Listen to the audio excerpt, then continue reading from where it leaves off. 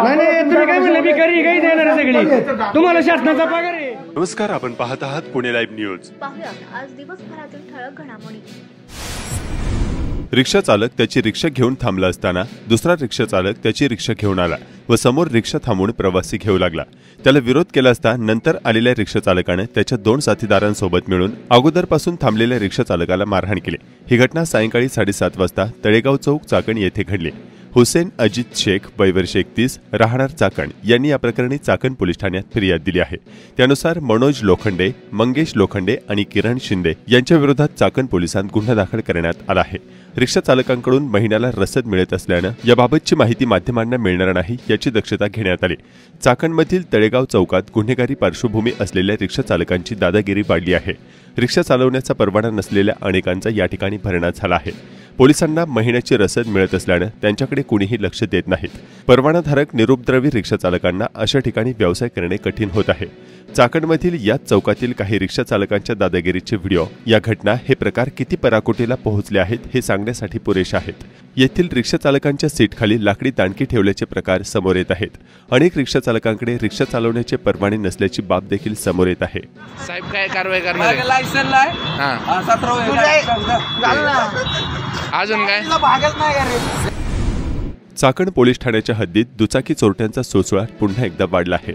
येथील गणपतराव हाऊसिंग सोसायटीमधून एक स्प्लेंडर दुचाकी चोरट्यांनी लंपास केल्याची घटना सीसीटीव्ही मध्ये कैद झाली आहे।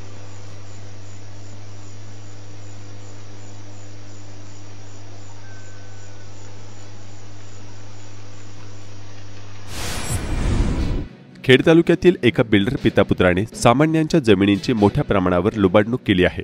याच अनुषंगाने मंत्रालयात महसूल मंत्री चंद्रशेखर बावनकुळे यांनी बैठक घेतली। यावेळी सामाजिक कार्यकर्त्या अंजली दमानिया यांच्यासह शेतकरी उपस्थित होते। संबंधित शेतकऱ्यांच्या जमिनी बेकायदा खरेदी केल्याप्रकरणी चौकशीसाठी एसआयटीची स्थापना करण्याची मागणी अंजली दमानिया यांनी केली आहे। दरम्यान खेड तालुक्यातील असे अनेक जमिनींचे बोगस व्यवहार समोर येणार आहेत। जमिनीची खरेदी करण्यासाठी सहकार्य करणारे महसुलातील अधिकारी, जमिनींचे ताबे घेणाऱ्या महिलांच्या टोळ्या व त्यांचे आका आणि त्यांना अर्थपूर्ण पाठबळ देणारे पोलीस हे देखील कारवाईच्या कात्रीत येणार का याकडे सर्वांचे लक्ष लागले आहे। एसआयटीची मागणी मी देखील केली आणि ती मागणी मी देखील केली आणि खेड तालुक्याच्या पश्चिम भागातील पाईट, पाळू आणि आडगाव या भागात रस्त्याची दुरावस्था झाली आहे। वाहन चालकांना वाहन चालवताना मोठी कसरत करावी लागत आहे। मागील 1 मार्चपासून आडगाव ते सुपे या दरम्यान रस्त्यांची दुरुस्ती करण्याचे काम सुरू केले, मात्र ठेकेदाराने 15 मार्च त्यानंतर कोणतेही काम केले नाही। रस्त्यावर मुरमीकरण करण्यात आले आहे, त्यामुळे प्रचंड प्रमाणात धुराळा आजूबाजूच्या परिसरात पसरत असल्याचे स्थानिकांनी याबाबतचे व्हिडिओ पाठवून कळवले आहे।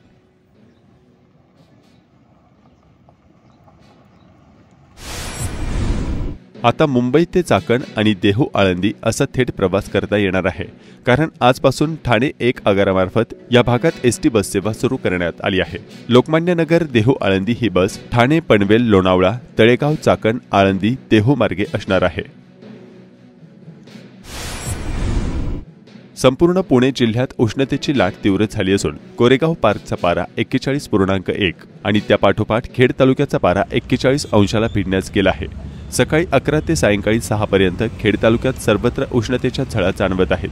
4 दिवसांपूर्वी पावसामुळे कमाल तापमानात 4 अंशांची घट झाली आणि पारा 40 वरून 36 अंशांपर्यंत खाली आला होता। मात्र आता पुन्हा एकदा बहुतांश भागांचे तापमान 40 ते 41 अंशावर गेले आहे। त्यामुळे दिवसभर उष्णतेच्या झळा चांगल्याच जाणवत असून दुपारी 1 ते 4 पर्यंत रस्त्यांवरील रहदारी किंचितशी कमी होत आहे। पुणे जिल्ह्यात सर्वच तालुक्यांचे कमाल तापमान 40 अंशांच्या दरम्यान पोहोचले आहे। उत्तर पुणे जिल्ह्यातील शिरूर 40.9, खेड 40.8 आणि आंबेगाव 38.8 असे कमाल तापमान नोंदवले गेले आहे। आदिवासी पट्ट्यातील वाजवणी येथील जिल्हा परिषद प्राथमिक शाळेच्या इयत्ता 2रीतील विद्यार्थिनी ईशा तुकाराम अभंग हिने मंथन परीक्षेत राज्य गुणवत्ता यादीत 8वा आणि जिल्हा गुणवत्ता यादीत 3रा क्रमांक पटकावला आहे।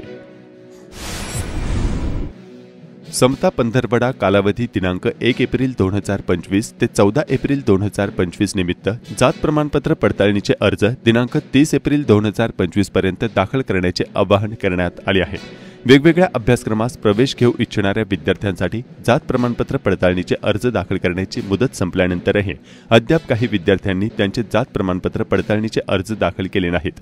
अशा विद्यार्थ्यांना शेवटची संधी म्हणून 30 एप्रिल 2025 पर्यंत मुदत वाढवण्यात येत आहे। याबाबतची माहिती संजय ताणे, उपायुक्त तथा सदस्य, जिल्हा जात प्रमाणपत्र पडताळणी समिती पुणे यांच्याकडून देण्यात आली आहे।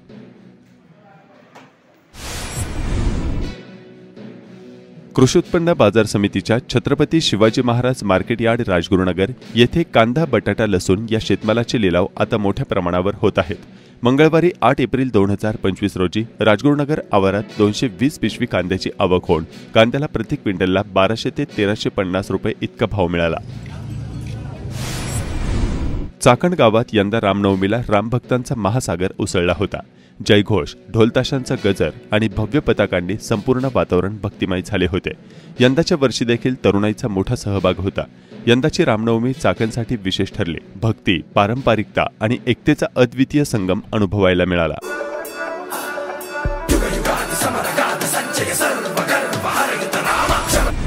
मीरा मंगल कार्यालय या ठिकाणी दिव्यांग बांधवांसाठी मोफत आरोग्य शिबिर संपन्न झाले।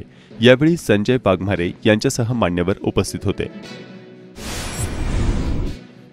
राजगुरुनगरच्या गिर्यारोहकांकडून ढाक बहिरीचा कळकराय सुळका सर केला। पुणे जिल्ह्यातील कामशेत जवळील सह्याद्री डोंगर रांगेत असलेल्या सुमारे 200 फूट उंच कळकराय सुळक्यावर राजगुरुनगर येथील गिर्यारोहकांनी यशस्वी चढाई करून सर केला। काळूस येथील यात्रेच्या निमित्ताने आयोजित कुस्त्यांच्या आखाड्यात पैलवान मुलींच्या कुस्त्या देखील झाल्या। या कुस्त्या पाहण्यासाठी परिसरातील कुस्ती शौकीन मंडळींनी मोठी गर्दी केली होती। अशी भैरवनाथ महाराजांच्या चरणी प्रार्थना करतो। आणि सर्व नाणेकरवाडी परिसरातील नाणेकरवाडी येथील बौद्ध समाजाच्या महिलेच्या नावे असलेली जमीन महसूल प्रशासनाने परस्पर दुसऱ्या व्यक्तीच्या नावे केल्याचा आरोप करत खेड तहसील येथे एक दिवसीय धरणे आंदोलन करण्यात आले। नाणेकरवाडीमधील जी जमीन होती तिथे माझं नाव सातबाऱ्यामध्ये आलं होतं। मागील काही महिन्यांमध्ये ते नाव वगळण्यात आलेलं आहे। त्याच प्रकारे जे आज धरणे आंदोलन केलेले आहे, जे बौद्ध समाजातील लोकांना जे नाव वगळण्यात आले त्यांच्यावर जो अन्याय झालेला आहे त्याच्या संदर्भात हे धरणे आंदोलन आम्ही केलेलं आहे। बारामती तालुक्यातील सोरटेवाडी गावाच्या हद्दीत रोहित गाडेकर वय वर्ष 27 राहणार मासाळवस्ती सोरटेवाडी या सावकाराच्या खून प्रकरणी 2 आरोपींना चाकण पोलिसांनी अटक केली। त्यानंतर फरार असलेला तिसरा आरोपी अमोल माने देखील पोलिसांच्या हाती लागला असून पोलिसांनी कर्नाटकातील निडगुंडी येथून ताब्यात घेत अटक केली। या प्रकरणी 2 आरोपींना चाकण पोलिसांनी अटक करत त्यांचा ताबा बडगाव निंबाळकर पोलिसांकडे दिला। चाकण पोलिसांनी या प्रकरणात फरार असलेल्या सागर माने राहणार सोरटेवाडी तालुका बारामती आणि विक्रम काकासो मासाळ राहणार मासाळवाडी तालुका बारामती यांना चाकण पोलीस ठाण्याच्या हद्दीतील बहुळ तालुका खेड जिल्हा पुणे गावाच्या डोंगरातून ताब्यात घेत अटक केली होती। यातील अमोल वसंत माने हा तिसरा आरोपी फरार होता। त्याला कर्नाटकातील निडगुंडी येथून गोपनीय माहितीच्या आधारे ताब्यात घेत अटक करण्यात आली। चाकण ग्रामीण रुग्णालयातील वैद्यकीय अधिकाऱ्यांनी रुग्णालयात आलेल्या रुग्णाला अपशब्द वापरल्याचा आरोप करत नातेवाईकांनी रुग्णाला डॉक्टरांशी असा जोरदार वाद घातला। रुग्णाला भिकारी असं संबोधल्याचा नातेवाईकांचा आक्षेप होता। काय झालं? कोण म्हणलं भिकारी? किती येणार आहे सगळे? का डॉक्टर साहेब तुम्ही म्हणले का भिकारी येणार आहे सगळे? किती येणार आहे भिकारी बोलले आता मगाशी? तुमचं आहे ना सहकार्य पाहिजे, तुमचं सहकार्य पाहिजे। तुम्ही काय म्हणले भिकारी का इथे येणार आहे? तुम्ही मला बोलले इथे भिकारी का म्हणले तुम्ही येणार आहे? तुम्ही बोला फक्त, बाकीचा रिपोर्ट मी करतो काय करायचं ते। हे बोलले समोर बोलले की हे बघा डॉक्टर काय नाव आहे डॉक्टरचं? डॉक्टरचं नाव काय? तुमचं नाव काय डॉक्टर? एनजीटी म्हणजेच राष्ट्रीय हरित लवाद यांच्या आदेशानं चाकण नगर परिषद यांच्यावर खटला दाखल करण्याची प्रक्रिया सुरू असल्याची बाब समोर आली आहे। हा खटला खराबवाडी येथील दगडखाणी टाकला जात असलेला कचरा बंद व्हावा म्हणून चाकण लॉजिस्टिक्स पार्क लिमिटेड नामक कंपनीनं हा खटला दाखल केला होता। याबाबत चाकण नगर परिषद मार्फत कोणीही सुनावणीस उपस्थित न राहिल्यानं लवादानं नियमानुसार कारवाई आणि खटला दाखल करण्याचे आदेश दिले। हा अंदाजे 2 कोटींचा खटला असणार असल्याची चर्चा आहे। पालिकेत एवढे अधिकारी असूनही सुनावणीस उपस्थित राहत नाहीत। यावरून चाकण पालिकेचा आरोग्य विभागाचा किती गलथान कारभार सुरू आहे हे आता स्पष्ट झालंय। याबाबत नूतन मुख्याधिकारी अंकुश जाधव यांनी सांगितलंय की लवकरच आम्ही लवादासमोर वकील देऊन बाजू मांडणार आहोत। खेड पोलीस स्टेशनच्या हद्दीत अपघात आणि अन्य घटनांतील सुमारे 107 वाहने बेवारस स्थितीत उभी आहेत। या वाहनांच्या मूळ मालकांनी संबंधित वाहने न्यावीत अथवा लिलाव करण्यात येणार असल्याचं खेड पोलिसांनी या वाहनांचे क्रमांक प्रसिद्धीस देऊन कळवलंय. आजारापेक्षा इलाज भयंकर असा पोलिसांचा अनुभव असल्यानं अनेक नागरिक पोलिसांच्या ताब्यात गेलेली वाहने परत मिळवण्याच्या भानगडीत पडत नसल्याचा मागील काही वर्षातील अनुभव आहे. दरम्यान खेड पोलिसांनी त्यांच्याकडे असलेल्या बेवारस वाहनांचे क्रमांक प्रसिद्धीस माध्यमांकडे दिले आहेत.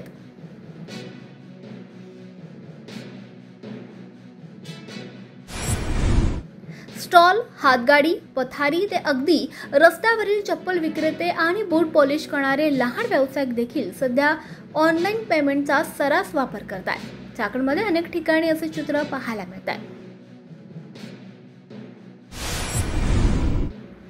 खेड तालुक्यातील पूर्व भागात कनेरसर या ठिकाणी पाणलोट रथयात्रेचं आगमन झालेलं आहे. महाराष्ट्र शासनाच्या कृषी विभाग व जलसंधारण यांच्या संयुक्त विद्यमानाने केंद्र शासन पुरस्कृत प्रधानमंत्री कृषी सिंचन योजना पाणलोट विकास घटक 2.0 अंतर्गत पाणलोट रथयात्रा या कार्यक्रमाचं आयोजन करण्यात आलं होतं.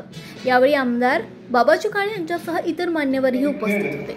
आणि खऱ्या अर्थानं ज्यांच्या माध्यमातून या आपल्या सर्व 11 गावातील सरपंच आणि सर्व सचिव मंडळींना एकत्र करून, ग्रामस्थांना एकत्र करून या कार्यक्रमाचं आयोजन या ठिकाणी केलं. ते आम्हाला पाणी मिळावं, पण आजपर्यंत पूर्णपणे काही अंशी शासनाच्या योजना, वैयक्तिक लोकांचं कष्ट आणि या भूमिकेतून आणि नव्यानं आलेल्या जलजीवन योजना काही अंशी हा प्रश्न सुटत आहे. परंतु कायमस्वरूपी जर हा प्रश्न सोडवायचा असेल तर आपण आता चर्चा झाल्यानुसार त्या छोट्या मोठ्या योजनांच्या माध्यमातून निश्चित पाणी अडवा, पाणी जिरवा या भूमिकेतून आपल्या भागातील पाण्याची पातळी वाढवणं या भूमिकेतून शासनाचे अनेक वर्षापासून कसोशीनं प्रयत्न या ठिकाणी चालू आहेत.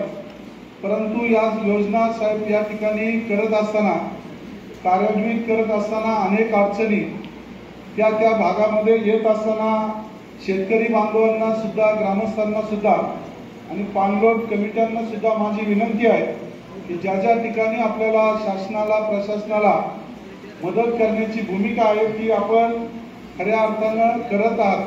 परंतु अधिकचा वेळ देऊन त्यामधल्या तांत्रिक बाजू ओळखून आपण शासनाला मदत करणं हे प्रथम कर्तव्य आहे.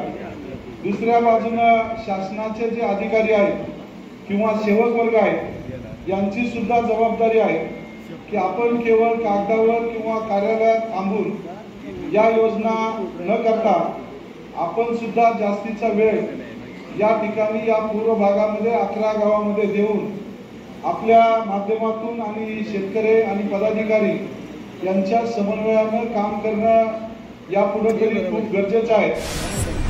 गर्भवती महिलेवर वेळीच उपचार न केल्यानं तिचा मृत्यू झाल्याची धक्कादायक घटना पुण्यात घडली आहे. या घटनेनंतर सर्वत्र संताप व्यक्त केला जातोय. या रुग्णालयाच्या जागेचे मूळ मालक असलेले खिलारे पाटलांशी सोशल मीडियावर एक पोस्ट व्हायरल होतीये. त्यात त्यांनी अनेक धक्कादायक घटनांचा खुलासा करत त्यावेळचे काही फोटोही शेअर केलेत. दीनानाथ मंगेशकर हॉस्पिटलच्या जागेचे मूळ मालक खिलारे पाटील यांच्या पोस्टमध्ये नेमकं काय लिहिलंय यावर एक नजर टाकूयात.